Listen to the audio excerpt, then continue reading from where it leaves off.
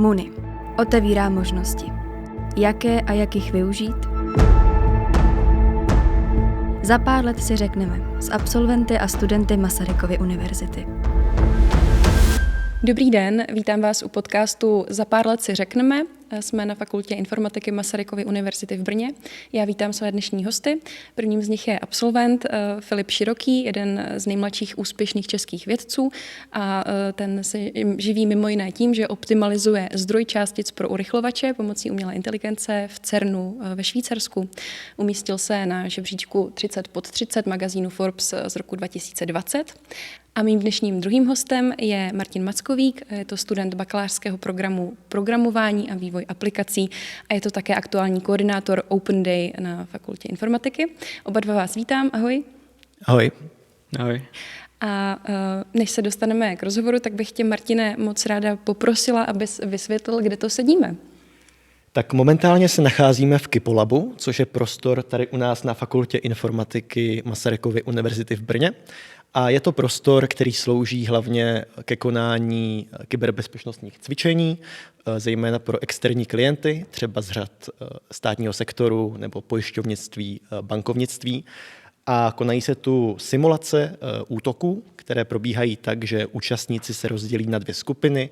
Jedna skupina brání, druhá skupina, dá se říct, útočí a skrz to se v tomhle prostoru tito lidé vzdělávají v oblasti i té průmyslové kybernetické bezpečnosti. Děkuju a teď se můžeme dostat k rozhovoru. Já se nejdřív teda zeptám Filipa, jestli bys mohl vysvětlit, co přesně v tom CERNu děláš a jestli by to šlo tak nějak, aby to pochopil i člověk, co nemá úplně vzdělání v oblasti IT a fyziky. Jak jsi správně řekla, tak ten hlavní projekt byla optimalizace lineárního urychlovače, nebo tady zdroje částic pro ten hlavní urychlovač. A dá se to představit tak, že máš složitou mašinu, která má velké množství jako možného nastavení a je potřeba ten přístroj nastavit správně tak, aby ten zdroj, aby ty částice, ten proud částic byl dostatečně stabilní a silný. A tím, že se tam probíhá hodně jako plazmové fyziky, která je sama o sobě nepředvídatelná, tak není zřejmé, jak to udělat správně. A na to tam jsou speciální jako fyzici, kteří se tomu věnují vlastně desítky let. A můj projekt bylo pokusit se je skrze umělou inteligenci jako nahradit a ještě vylepšit. Takže ty musíš být vlastně i částicový fyzik, abys vytvořil ten program nebo abys to udělal správně. Je to tak? Musíš tomu taky rozumět. Je dobré tomu rozumět, nebo se aspoň ptát na dobré otázky, a aby se všechny problémy vyřešily. Děkuju. Martine, já bych tě poprosila o něco podobného, jenom jestli bys vysvětlil, co přesně studuješ, čím se zabýváš a co tě nejvíc baví na studiu momentálně. Tak já studuju na Fakultě informatiky obor programování a vývoj aplikací. Je to obor zaměřený hlavně na praktické uplatnění v tomhle oboru, to znamená skrz nějaké programování nebo vývoj software. Ačkoliv mě osobně zajímá spíš obor počítačové bezpečnosti a tenhle obor jsem z té nabídky tady na fakultě zvolil proto, že mi přišel skrz to praktičtější uplatnění, že pro mě bude nabízet lepší možnosti a i skrz tu pozdější specializaci třeba na magistrovi, co by mě zajímalo, že to pro mě takhle bude ta lepší možnost. Takže se zeptám na takovou možná hloupou otázku, ale jaká je tvoje nejoblíbenější aplikace? Nejoblíbenější aplikace určitě nemůžu říct jednu. Pro mě jsou ty aplikace jenom nástrojem k tomu vždy dosáhnout něčeho a nemůžu říct, která je moje nejoblíbenější. Ale líbí se mi hodně ten koncept toho, že jsou to nástroje, které můžou výrazně usnadnit práci a určitě zná to každý, si myslím, kdo se pohybuje v tomhle oboru, že znalost programování umožňuje člověku napsat si i vlastní skripty, vlastní drobné aplikace, které můžou člověku výrazně pomoct zjednodušit tu denní práci, ať už dělá nějakou agendu, tabulky. Takže i proto se mi ten obor líbí, že nabízí možnost zjednodušit si věci, které ostatní lidi dělají ručně. Děkuju. Filipe, jaké bylo být na stáži v CERNu mezi ostatními vědci v době, kdy ti bylo 20 let a jaké je to třeba dneska? Změnil se tvůj vztah k ostatním, nebo cítíš se třeba, já nevím, víc jako součástí toho celého? Jak se vyvíjely ty tvoje pocity? Pocity to byly neskutečné, protože pro mě CERN byl jako cíl už zhruba od 15 let. Na Gimplu, kdy jsem chtěl být teoretickým fyzikem v CERNu a prostě najít teorii všeho a tady jako podobně až cíle hraničící skoro s filozofií. A nakonec jsem se rozhodl těsně kolem maturity, že místo fyziky půjdu studovat informatiku. Jsem na fakultu informatiky MUNI. A právě díky tomu jsem se do toho CERNu i tak brzy dostal, protože zjistil jsem, že zpracování velkých dat a umělou inteligenci tam potřebují ještě víc než fyziky. A takže právě díky tomu jsem se tam jako jeden z nejmladších vědců dostal. A pak jsem se tam po dokončení bakaláře znovu vrátil na 3 roky a jako plný zaměstnanec jsem se cítil ještě líp než stážista. A cítil jsem se jako větší, jako důležitější prvek v celé společnosti, organizaci. Jak jsi vlastně rozhodl, nebo proč jsi nakonec rozhodl pro to IT? Co byla ta hlavní motivace? Viděl jsem film Ex Machina, který mě inspiroval skutečně tím, že umělá inteligence je nejlepší způsob, jaký mohu přispět k posunutí lidstva někam dál.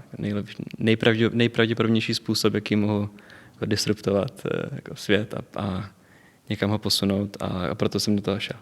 Já bych měl možná doplňující otázku. Ty jsi v tom CERNu spojil ten svůj zájem o fyziku se zájmem o umělou inteligenci. Zajímalo by mě, jestli se zajímáš třeba o uplatnění té umělé inteligence i v jiných oborech, nebo jestli máš i nějaký jiný obor, kde si myslíš, že by to mohlo mít využití a kde se o to propojení s tou umělou inteligencí zajímáš.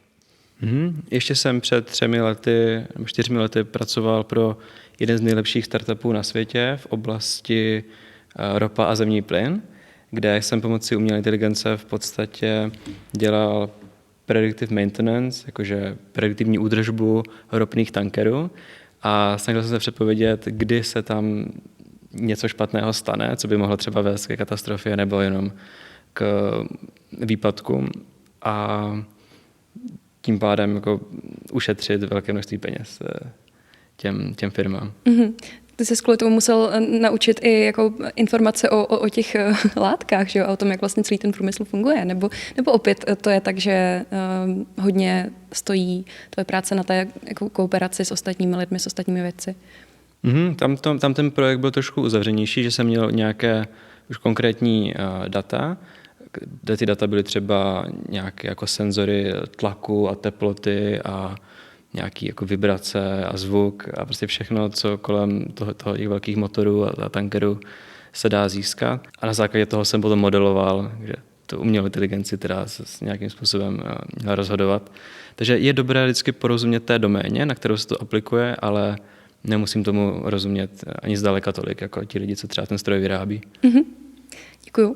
Já se zase vrátím zpátky k Martinovi. Co tebe vedlo k tomu studovat tenhle obor? Tak v základu to byl, myslím si, trochu podobný zájem, jak u Filipa. Nějaký to uvědomění, že tenhle obor zasahuje do všech možných odvětví průmyslu, do všech možných profesí, do všech možných oblastí, na čem se pracuje. A proto to pro mě byla docela přirozená volba skrz to, že nabrat tyhle znalosti si myslím, že je univerzálně uplatnitelný a na čem chce člověk pracovat, tak na tom v podstatě může. Je tu bioinformatika, je tu umělá inteligence. Těch oborů, podoborů té informatiky je hrozně moc a vlastně možnosti jsou téměř nekonečný. Záleží na tom, v čem se člověk chce specializovat, ale pokud má člověk ambice změnit svět k lepšímu, jde to. Pokud má člověk ambice dobře si vydělat, najít si solidní zázemí, jde to. Těch možností je fakt hodně a myslím si, že tenhle obor znát a umět je proto skvělým začátkem, skvělým základem. Teď mě napadá otázka na oba dva, jak když se třeba člověk rozhodne jít studovat informatiku, tak co musí umět? Co všechno musí mít, jako, na co musí mít třeba talent? Jo. Začni klidně, Martine. Začnu já. Na co je třeba mít talent? No rozhodně v popředí toho všeho musí stát zájem o ten obor. To si myslím, že je univerzálně platný, takže je třeba se o to zajímat. Myslím si, že je dobrý mít obecně zájem o to, jak věci fungují, a určitě je prospěšný mít klidně i takovej ten trochu idealistický zájem o to se podílet na tom chodu tady toho všeho. A co se týče těch faktických znalostí, tak za mě si myslím, že je potřeba mít určitě nějaký trochu technický, logický uvažování. Hodně těch věcí se dá naučit, vlastně skoro všechno, až na tu základní intuici v té oblasti třeba logiky nebo technologií. Takže to je skvělá prerekvizita pro to, ale zbytek se tady dá naučit. Hlavní je ten zájem o to, podle mě. Filipe, souhlasíš s tímhle? Měl bys ještě něco k tomu doplnit? Já s tím určitě souhlasím, že hlavní je zájem. A často se mě lidi ptají, jestli musí umět programovat, než se přihlásí do prváku sem na fakultu, a odpověď je, že nemusí, protože začíná se skutečně od základu a pokud vlastně člověk nemusí vědět vůbec nic a stačí zájem a píle. Mm-hmm.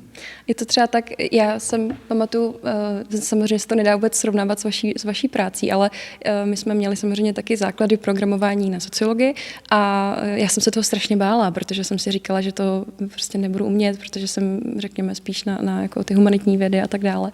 A pak jsem přišla na to, že je to vlastně zábava a že to je hrozně fajn.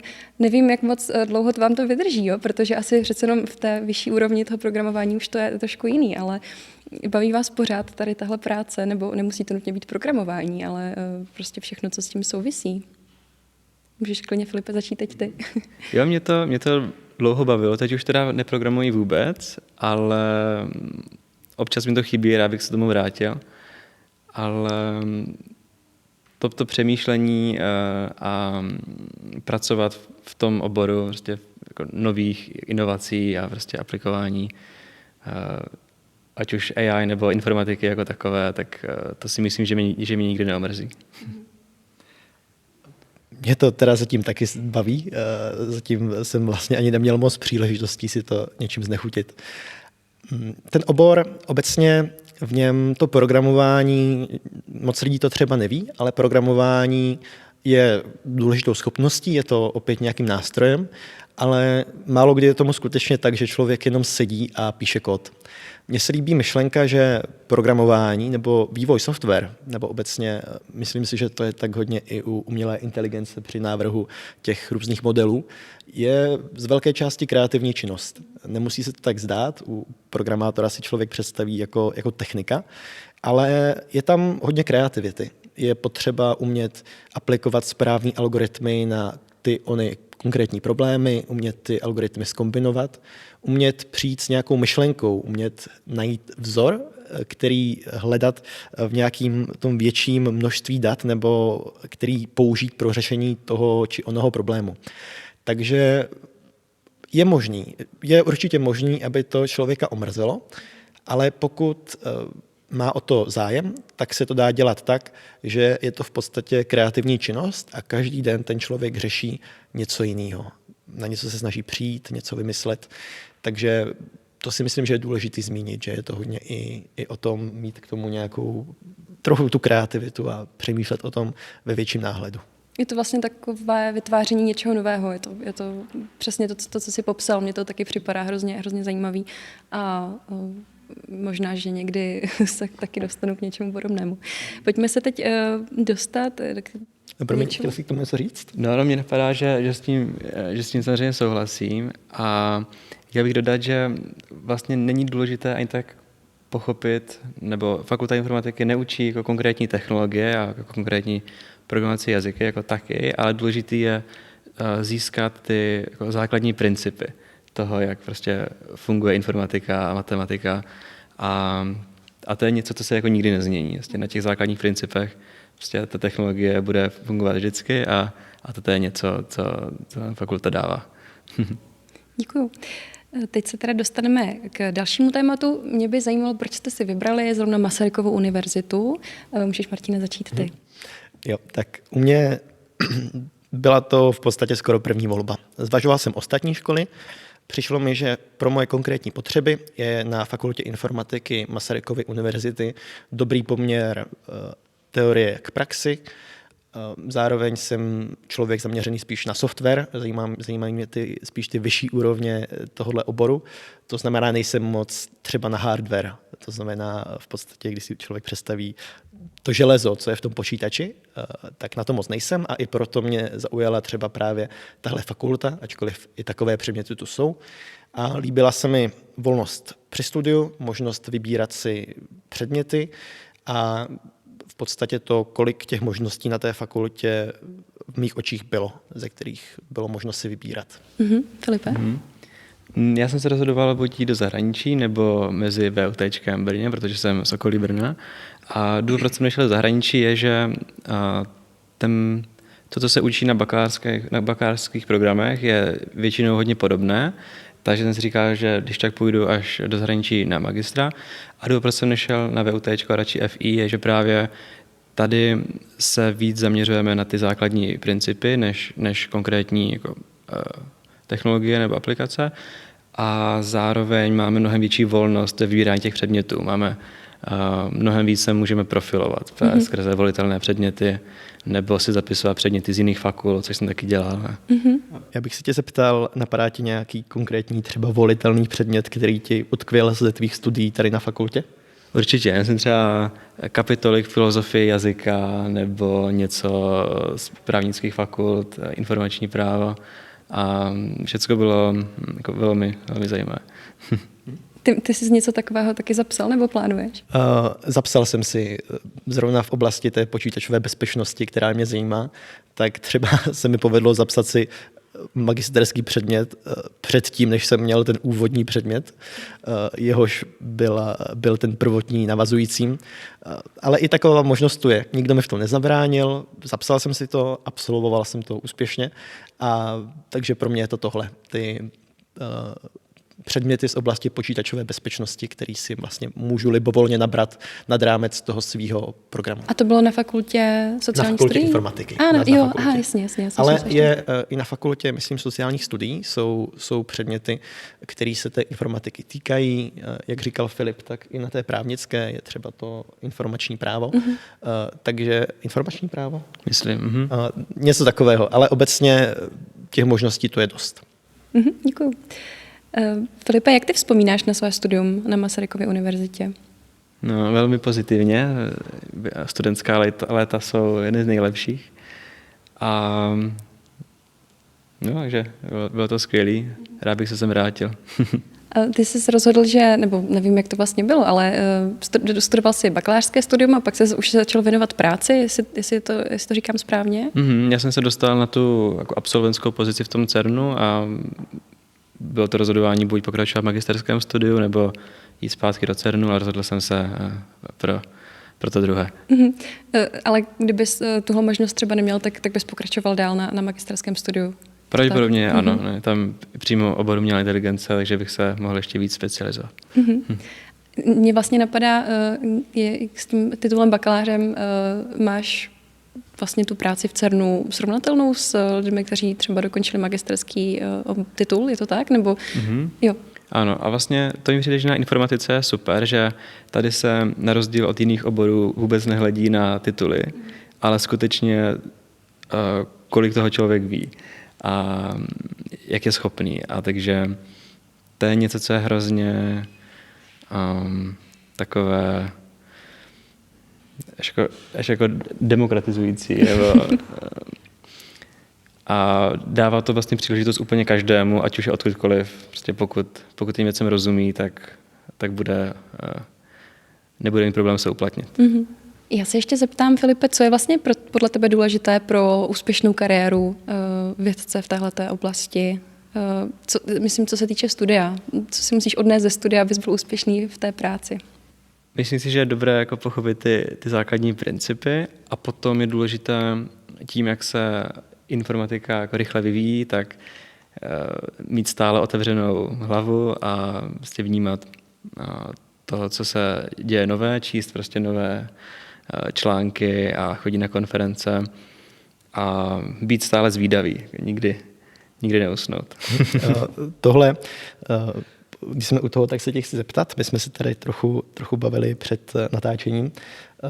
Co je v podstatě pro tebe další kapitolou po CERNu? Protože ty jsi mi říkal, že pro tebe už to je něco, co už máš v podstatě skoro za sebou. Tak čemu se třeba věnuješ teď? Co tě zajímá? Můžeš se o to s náma podělit, protože osobně mi přijde, že to je právě hezký příklad toho, jak v tomhle oboru dá se přejít z jedné věci na druhou a člověk může v podstatě v úvozovkách měnit obory jenom v rámci té informatiky.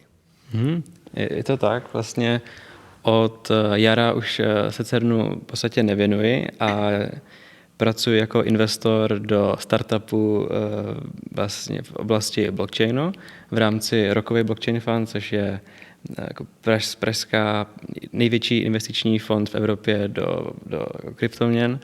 A v rámci toho vedu všechny investice do infrastruktury a vlastně funguje to tak, že chodím na konference, teďka jsem se vrátil ze Stanfordu a potkávám hrozně jako inovativní a chytré lidi, nové CEO, CTOs, kteří jako mění svět a já jim jako investor mohu pomáhat v zprostředkování té jejich vize.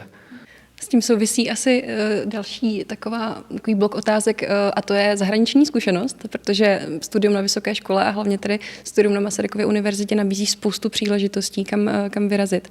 Tak nejdřív se zeptám Martina tebe, protože Filip už o své zahraniční zkušenosti mluvil. Co ty a studium v zahraničí nebo nějaký výjezd? Tak jak natáčíme tenhle rozhovor, tak za 4 dny odjíždím na Erasmus do Mnichova, na Technickou univerzitu v Mnichově, kde budu pobývat 10 měsíců, až rok. Ty poslední 2 měsíce tam se uvidí, jak to vyjde. A budu se tam právě věnovat studiu buď té počítačové bezpečnosti, nebo obecně blíž té informatice. Takže moc se na to těším. Našel jsem si tu možnost, ta možnost tady je, ta univerzita by měla mít poměrně vysokou úroveň, má dobrou reputaci i v Evropě, takže se na ta svá studia tam moc těším a jsem rád, že tu možnost tady vyjet mám a těším se na to, co mi to přinese. Filipe, jak je důležité vyjet ve vašem oboru někam do zahraničí? Je to nutné k tomu, aby jednou byl úspěšný v oboru, nebo kdo třeba nemá tuhletu ambici, tak nemusí?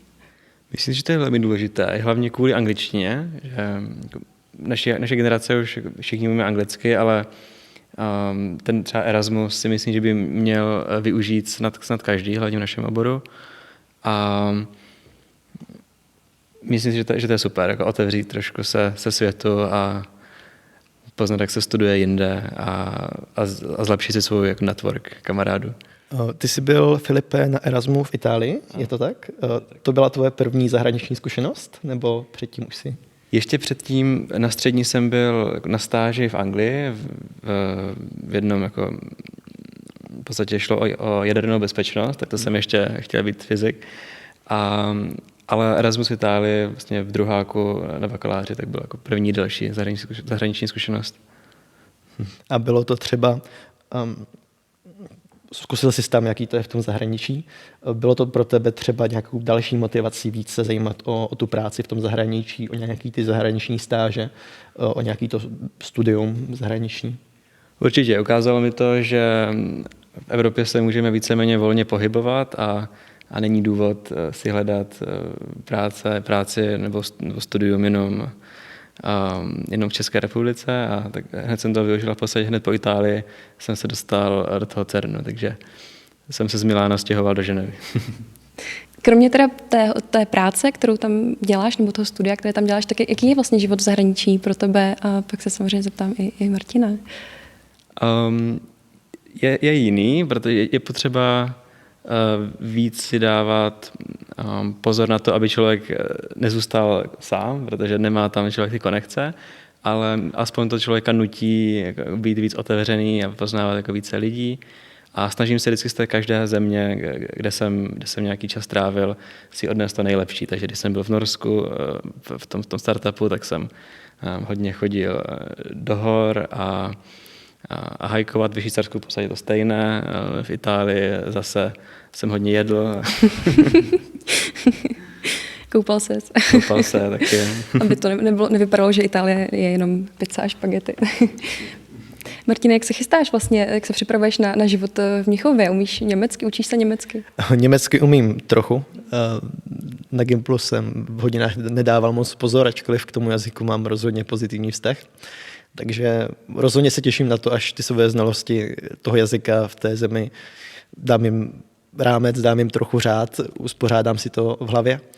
A co se týče těch studií, tak jak jsem řekl, moc se těším, takže udělal jsem si research, podíval jsem se na nabídku mimoškolních spolků, na nabídku sportovní na té univerzitě, koukal jsem se na nabídky toho, co se tam dá dělat ve volném čase. Třeba rád chodím tancovat, ta možnost je tam hrozně moc možností oproti třeba Brnu nebo Olomouci. Takže tak vypadá v tuhle chvíli moje příprava. Trochu si opakuju tu němčinu a jsem otevřený tomu, co mě tam čeká. Občas už si napíšu s někým z té školy, povídám si s lidma přes chat, protože mě to zajímá. Zajímá mě to ještě, než tam dojedu. Už jsem se domluvil s pár lidmi, že se potkáme z té univerzity, takže moc se na to těším.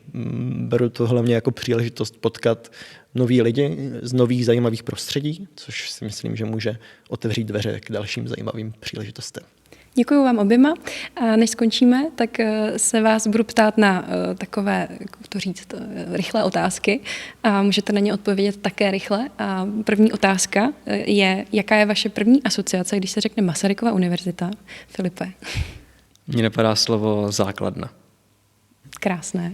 Martine. Možnosti. Děkuji. Jaký je váš nejvíce formativní zážitek ze studia? Filipe. Momenty, kdy jsme se jako skupina spolužáků připravovali na zkoušky. To bylo nejlepší. Nemám asi ani jeden. Spíš možná víc těch konkrétních momentů, kdy jsem se učil do nějakého předmětu a uvědomil jsem si, že tohle mě fakt baví, fakt mě to naplňuje a opravdu mě baví se v tom vzdělávat. Baví mě se drtit se i ty věci, kde toho bylo třeba trochu víc, že mě to naplňuje a je to něco, co mi dělá radost. Takže studium samotné vlastně ten nejformativnější zážitek. Kdo je nejinspirativnější člověk, kterého jste na Muni potkali? Myslím, že konkrétního nemám, ale spolužáci jako celek spolu s profesory, myslím, že to bylo velmi inspirující a člověka to motivuje se zajímat a pracovat dobře. Taky nemám konkrétního člověka, ale obecně myslím si, že těch lidí je tu hrozně moc. A když má člověk konkrétní věc, o kterou se zajímá, tak je hrozně jednoduchý za někým přijít a v drtivé většině případů ten člověk, ten vyučující, moc rád pomůže. A to si myslím, že je důležitý pro mě. Že vím, že to zázemí tady je a kdybych chtěl, tak k těm lidem můžu jít. Uh-huh. A poslední otázka. Je něco, co byste chtěli Masarykově univerzitě vzkázat? Mně přijde, nemám rozhodně, nemám vzkaz. Přijde mi, že na té fakultě informatiky to v zásadě funguje dobře a určitě to má nějaký mezery, ale myslím si, že jako celek je to moc dobrá škola, která těch příležitostí nabízí hrozně moc ve všech možných oblastech a vážím si toho, že tady můžu být. Děkuji. A já bych jí vzkázal to, ať pokračuje dál v tom, co dělá. Já vám moc děkuji za velice zajímavé rozhovory a těším se u dalšího dílu našeho podcastu. Děkuji, že jste přijeli a mějte se moc hezky. Nashledanou. Děkujeme. Podej si přihlášku i ty na moni.cz.